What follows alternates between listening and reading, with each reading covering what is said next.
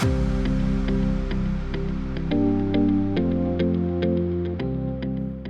there, Erica from Feel Your Core here. Thanks so much for joining us today. So today is the third out of the fourth workout about kick-starting your fitness journey. All right, so as you know, each week we build on what we did last week. So this week we'll have a little bit more balanced things, making some things maybe that were on two legs on one leg, but enough chit chat. Let's get started. We're going to start with a side plank. I am going to show it to you in a modified version. All right. So we are going to just make sure that our elbow is stacked underneath that shoulder. I like a fist down, and then I want to put the rest of my body in a position where I am nice and stable. Okay. So from here, I am going to press up and we're in. So we're holding for 30 seconds. Okay. So a couple things that I'm thinking about here is I'm pressing the floor away. I like to think about making a rainbow underneath my bottom ribs. And then I am actively reaching my pubic bone forward, like out to you. That's going to give me a little bit of glute activation to get into this hip extension. And it's also going to help me stay in a nice long line. Can you believe it? We only have about 3 seconds left and we come down. Nice job. Let's try that on the other side, right? So remember, I like to say different side, different body, right? So be grace, have some grace with yourself as you start this, as you kind of get into the other side. Again, you want to make sure that the elbow is underneath the shoulder, not too close, not too far away, because you want to have this feeling, we're going up, this feeling of being able to push the floor away. It's an isometric piece, but I also like to think of not only am I pushing myself up and away from the floor, but I'm also in an isometric way pulling my armpit towards my hip, okay? So that I'm not at any time sinking into my shoulder. This does not hurt my shoulder. I feel very stable between my abdominals and between the stabilization of my shoulder, okay? So again, we only have about 5 seconds left here. I'm actively reaching that pubic bone forward, engaging those glutes, and we can come on back down. So of course you can always make that, you can always extend those legs out. One, I don't have a long enough platform to do that, but I also want to continue to make this exercise beginner friendly, right? So you can start here and then you can always extend those legs out. All right. So next up, we are going to go into a little cat-cow. So we are going to put those hands underneath the shoulders and the knees underneath the hips. And one of the things that I like to do when I'm doing this, we're going to do about 12 to 15 here, is I, again, push the floor away. So again, we're getting some more stabilization of the shoulder here. And we're going to use a little bit more glute than we usually use in a cat-cow, just to go ahead and start to warm up those glutes, all right? So we'll inhale to prepare, we'll exhale to round, pushing that floor away. Continue pushing that floor away as we inhale into extension. So here's 2, inhale, and 3, and inhale. So as I continue to do these exercises, I'm thinking about standing into my arms as I go round and as I go extended.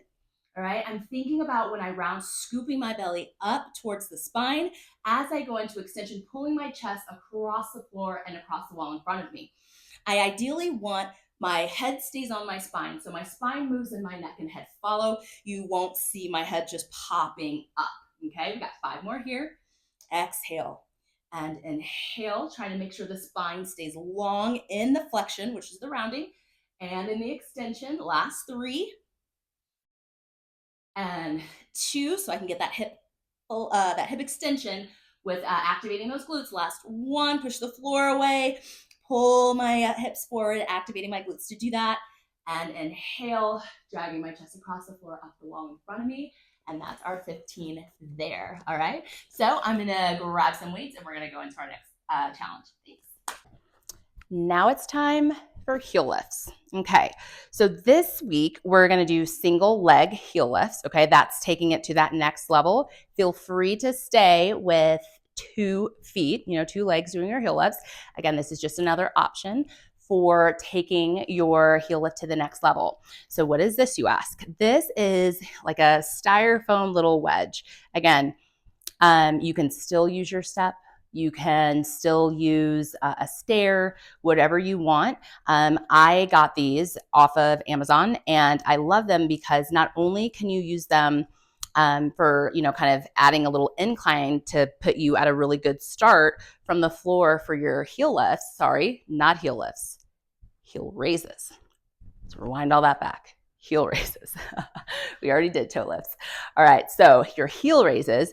But then you can also use these if you're working on your squatting and your lunging, especially your ATG, ass to grass, squatting or lunging, and you don't yet have maybe the ankle mobility, the hip mobility, like using inclines and then slowly backing off can really help with that.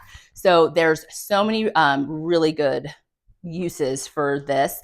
For me, it came in 2 of them that are this size, so I can put 2 feet on, and then one that's like 2 times this. So if I needed a bigger incline, I can stack the 2 that are this size with the one that is double this size and have more of an incline. But again, you don't have to use it. I have it, so I'm using it. All right, so what I'm gonna do is I'm gonna place this down. All right, and I am going to put my foot on it because you can kind of see the higher this foot goes, hopefully you can see this, the higher this foot goes, the more that I'm already starting at this incline. And so from here, I am going to lift and lower. And so what this allows me to do, put this foot back here, is to be able to already start my foot or my leg at that deficit, right, at that incline. So that, technically I don't really feel like I need to lift a whole lot higher because of where it already starts, right? I don't have to bring my foot below the level of a stair, but you can totally still do that. Okay, so let's go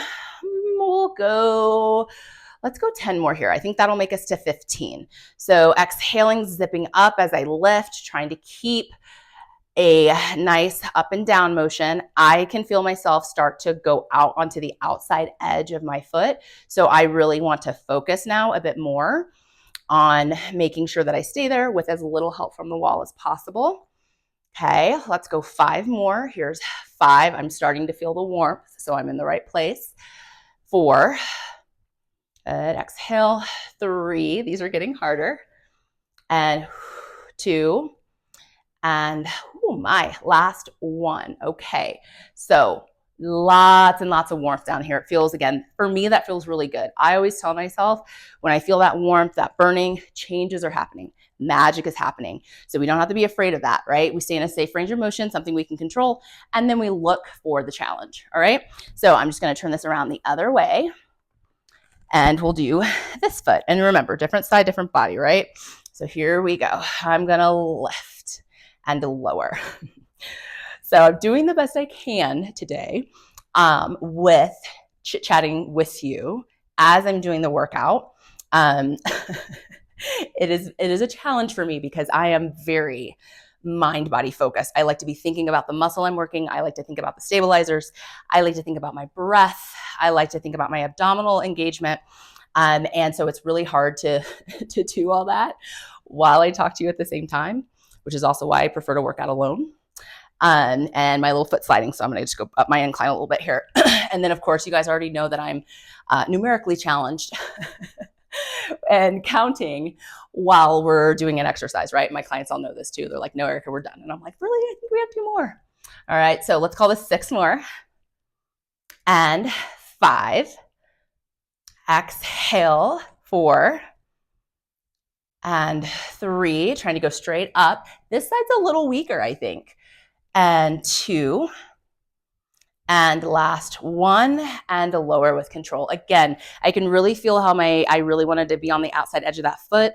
So I'm thinking about, in, the first metatarsal, 5th metatarsal being more equal, inner heel, outer heel being more equal to try to keep me going. But I think this left side is a little bit weaker on those heel raises. So more information, good to know.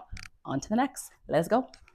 This week, for our toe raises, our AT, anterior tibialis activators, we have been leaning against the wall and then just lifting those toes up. You can absolutely 100% continue to do that. I'm going to show you an alternate way to do it today, and that is going to be with a kettlebell. And if you don't have a kettlebell, you don't have to do it this way.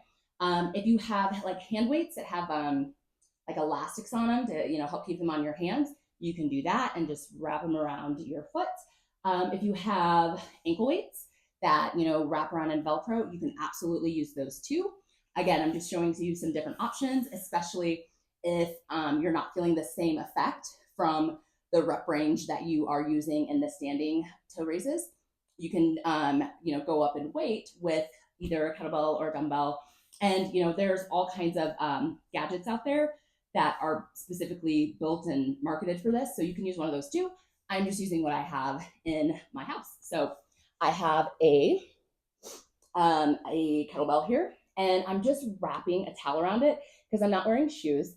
I prefer to work out in my bare feet. I have socks on, but like without shoes. So I just don't want a heavy kettlebell or dumbbell to be a limiter in my ability to do this exercise. So what I want to do is I just want to make sure that my ankles are hanging off, not too much because that lever might get a bit too long for however heavy your kettlebell is or your dumbbell. So I like to just get those ankles off, and then I just slide the kettlebell right onto, hope you can see all this, right onto my top of my foot. And you can see I'm starting in dorsiflexion. I do like to think more about the top of the foot pulling back as opposed to just like, bringing my toes back. All right. And you can feel that stretch through the back of the lower limb when you do that. And then I just open up to this plantar flexion, and then I pull closed. So I open and reach and pull closed. Okay, and so that is it. And so I want to do this with, I'm gonna see if I can move that over a little bit so you can see a bit. I'm doing this so that I notice I'm not falling into the action, okay? I'm very controlled, reaching in a plantar flexion, which most people think of it as a point, and then I'm reaching my heel away from me to go into dorsiflexion, almost like I'm trying to move earth or sand with my heel, so that I'm really working. And this is where you feel that tibialis anterior working, when you really pull the tops of the feet back to you or really reach the heel away. I think of both because I like to think in terms of opposition. Okay, we've got 4 more here. The other piece you want to think of is the limb. The entire limb wants to stay stable. So this is wiggling around and wobbling around. You probably need to go ahead and get a lower weighted dumbbell or kettlebell. Okay, it's my last one. I'll hold it for good measure. Squeeze, squeeze, squeeze, squeeze, squeeze. Where the mind goes, the energy goes. I'm focusing on that. I feel a nice warmth in here, so we can go on to the next set. So I'll just take it off this guy and put it onto this guy. Okay, and I'll do this, so hopefully you can see that better. And I am going to reach it away and then pull the kettlebell towards me. And so working on your anterior tibialis is super, super healthy with your knees, for your knees, especially in the way that we do it with the heel raises first and then going after the anterior tibialis, right? One muscle's on the front, one muscle's on the back. One of those muscles or group of muscles really helps you propel yourself or jump. The other set, that anterior tibialis, really helps with deceleration, which is very important. Okay, this is something that I did a lot post knee surgery.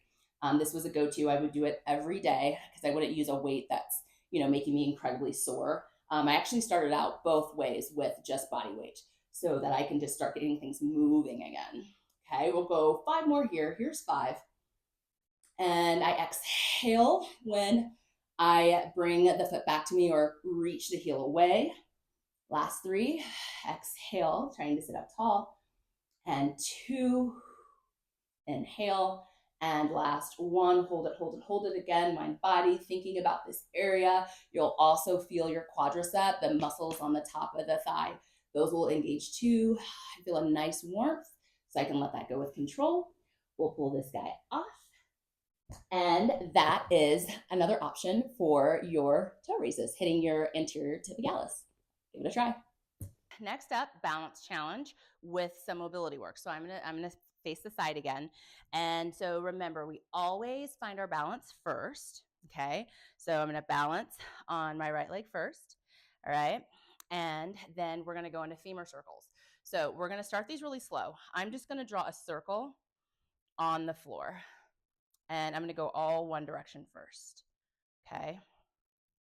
So slowly, I'm going to start making these bigger. I'm going to try to think about keeping my container stacked. That is a term that I learned from Kara Reeser during the Kathy Grant Heritage Training Program. It's this idea of stacking your legs, your pelvis, then your ribs, your shoulders, your neck, and then your head's like a hot air balloon that's floating away. And we want to try to do that to keep everything in line. So you're just stacking them like little blocks. Okay. And so I think I have like 5 more reps this way. And so now I'm going to make them a bit bigger. So coming up through the center, so I have to go slower, and then finding my internal rotation to send this behind me.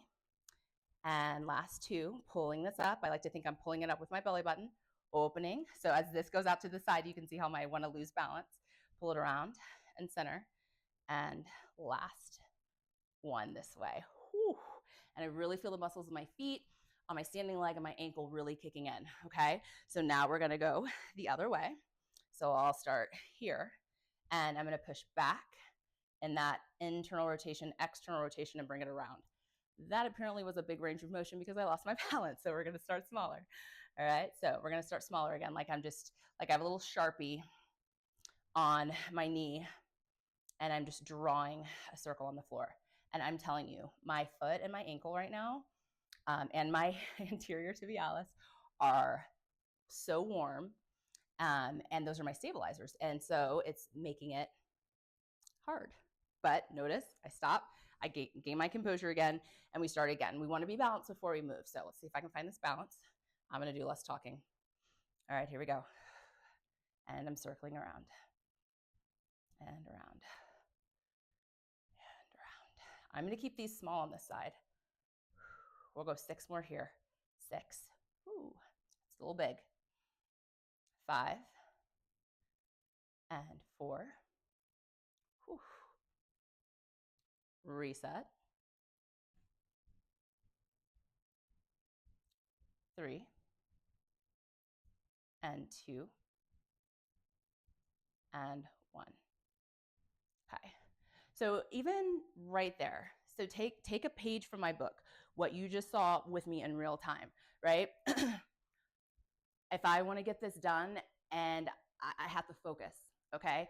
And so as much as I want to give you more cues about what I'm doing, for me, it's a bit too much. It's a bit too much to keep talking and really focus on what's going on in my body so that I perform quality repetitions, because I don't want to, just kind of whip everything around, right? Without being mindful about it.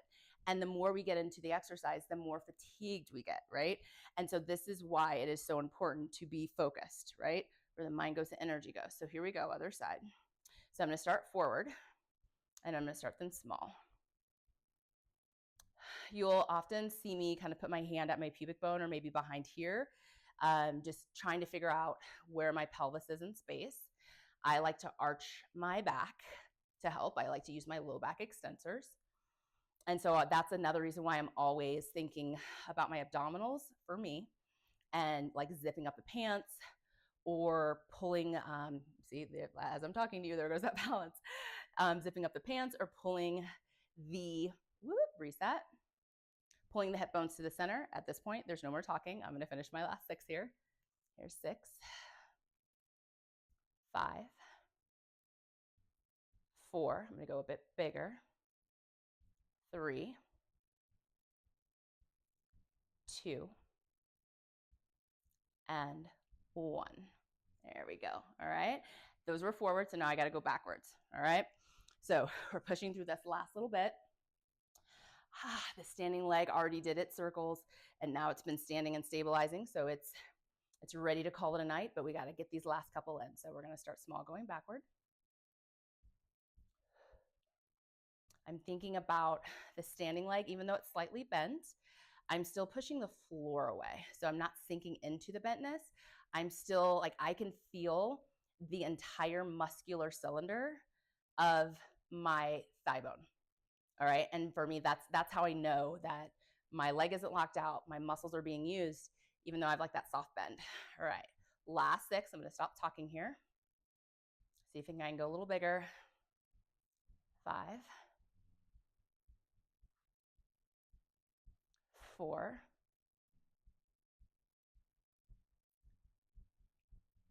3, 2, and last one, and 1. We made it. On to the next. Okay, so the next exercise is a chest fly with a hip lift. So I'm going to do this one with a band because I like the way that I can, in the moment, increase or decrease my resistance using a band. Okay, so I'm going to lay on back, and this band is going to go right through, kind of my mid back, maybe a little like upper mid back. Okay. And like already I can tell that I think I want a little bit more. So I'm going to hold underneath. I'm going to put my hands through just so they're not sloppy. And then I'm going to hold right here and right here. All right. And I'm going to reach my arms up. I'm going to feel some protraction, so separation of my shoulder blades. I'm going to move my arms into a little bit of external rotation, and I'm going to bring my pinky fingers to touch at the top. So I'm going to open up, inhale, and exhale, lift. Okay, so opening up, I am, of course, running into my wall a little bit. So I'm going to just scoot over so that I can, there we go. Now I have better range of motion. So there we go. We'll call that 1 and 2. So things I'm thinking about here is I'm inhaling at the bottom, exhaling to lift hips and to hug. It's like this hugging motion with my upper body. I'm thinking about my pecs, which are my chest muscles, because that's what we're trying to work here. And I like a little bit of external rotation in my arms because it just feels better in my body. It also, I feel like it helps me kind of undo the typing of the day, the leaning over clients of the day, the driving. My commute this evening was 35 minutes. Whew. So it actually feels really good to be able to come home and move a bit, right? To get my hips out of flexion with this hip lift, right? And to work that external rotation and get my muscles of my chest to work, getting the muscles of my shoulders for shoulder stabilization to work. I'm thinking about pushing through my heels, finding that heel to seat connection. Let's go 4 more here. Here's 4 and 3 and 2 and last 1. Little bonus activation there through glutes into hip extension. Woo, I had some more in there. And then really feeling my pecs, the muscles of my chest, and then bringing it all down. That's it. All right, next exercise. Let's go. Next exercise is a side lunge with a row, okay? And we're gonna alternate those lunges. So now we're working into lateral movement, side to side, okay? So I'm gonna start with my legs closer together, and then I'm gonna take a big step out. I'm gonna sit my hip back. I'm trying to make sure that my knee is kind of over that second and third toe. I hang here, a little bit of a flat back, exhale and row. Use my inner thighs to pull me back to center, other side, and row. And out to the side. Exhale, inhale, exhale. I'm inhaling to center. Exhale for that row. Inhale and exhale. And so just going side to side here, thinking about pulling the elbows kind of behind me, getting them to wrap around my torso. Kind of pulling the kettlebell like right around to my belly because that's where I feel like I want to feel it. And row. Trying to get a little bit deeper into my lunge as I now feel warmed up. Side to side. And again, so lots of things going on here, right? I'm getting that lunge. I'm getting some inner thigh as I pull myself to center. Exhale. And other side. 1 more each way. And the last one. And center. All right, I'm going to put this away. We'll get on to the last couple exercises. Next up, we are going to start in a quadruped position for a single arm tricep extension in a bird dog. So once we find hands and knees, we'll extend one leg back for that bird dog position, and then we'll position the elbow by the rib cage. Okay, so a couple of things to think about here. We want to be closing an imaginary door with that extended leg. So we want that ankle in dorsiflexion. We want to try to keep the elbow right by the rib cage as we bend and extend the arm, right? So that tricep is responsible for extending that elbow. We want to do our best to keep the wrist straight, not bending at the wrist, especially towards the end to shortcut that lengthening of that arm. So want to keep square shoulders and square pelvis to the ground, which again, as we fatigue, the balance gets a little bit more trying. The arm that's pushing away from the floor, the arm that's touching the floor, we want to think about that's pushing away from the floor, like we practiced earlier in our cat-cow. And we want to think of exhaling as the arm extends. All right, so we just switch this around on the other side. Again, elbow in by that rib cage. We're going to try to keep it there. Push the floor away with the arm. Close the door behind you with that leg, ankle, and dorsiflexion. Inhale, exhale to extend the arm. Okay. Remember, different side, different body. So we can, feel it one way on one side and one way on the other side. Which is such a good reason to do unilateral work to just check out any kind of imbalances on either side. And also the reason you can see my mouth moving, but it's probably not matching up with my voice, is because my microphone decided to die for this exercise, and I was unaware of it until I watched it play back. So you get a voiceover for this one. All right, so you can see how my leg is starting to drop down. Again, fatigue, but again, that's really good information for me. So we got to work on that glute to help keep that hip in extension. I am still very much trying to push that door closed with that foot that's back there, and breathing and talking at the same time. Exhale, zip up the pants to keep the abs away from the floor as we extend that arm, that final contraction. I know that felt really warm. We're done there. On to the next. Let's go. Final exercise for today is a banded bicep curl. So I'm standing on a band. Same thing. I'm using a band today because in the moment, I can make this exercise more strenuous or less strenuous, right? So I can progress or I can regress with respect to resistance. So you can also decide like how far away your legs are from each other, because that'll make your band shorter. All right. I'm going to focus on keeping my elbows in by my rib cage, and I'm going to exhale and curl. So as I do this, again, I want to keep my elbows by my rib cage. I want a full range of motion. So I'm thinking about getting my fingernails or the front of my knuckles all the way to my shoulders, and then controlling the way down, right? Because we don't want to slingshot down. I'm also thinking about how wide can I keep my chest and my shoulders, because I don't want to cave in as I'm bringing the weight up. And for me, maybe the hardest thing is not bending at the wrist, okay? So those are my two checks, my two huge checks when I'm working with clients is, can you keep your elbows right in by your rib cage with your chest open?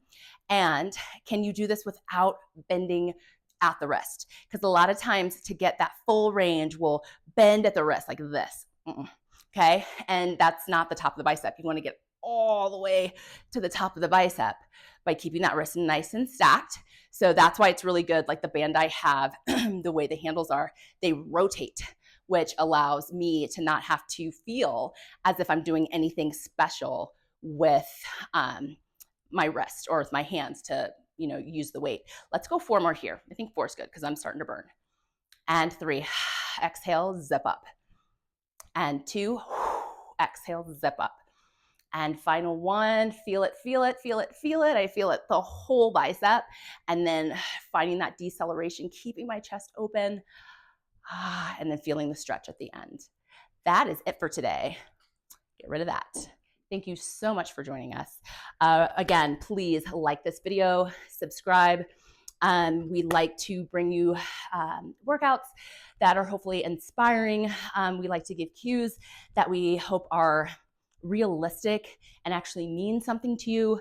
And, you know, we're also just here to have someone to work out with. So we are here. Thank you for joining us. Again, please like and subscribe if you haven't already. Please share with a friend that you think would appreciate these videos. We'll see you next time. Bye.